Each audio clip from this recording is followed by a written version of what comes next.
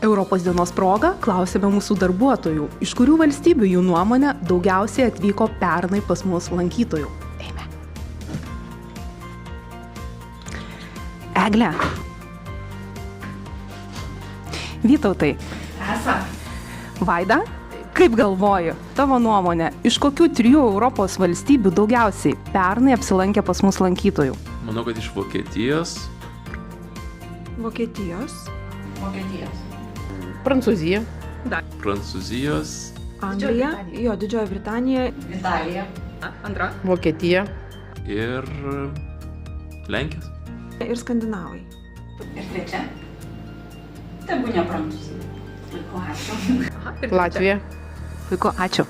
Iš tiesų 3 vietoje yra Lenkija, 2 Ispanija, na, o 1 Vokietija. Kaip manot, kokios dar Europos valstybės pateko į top 5?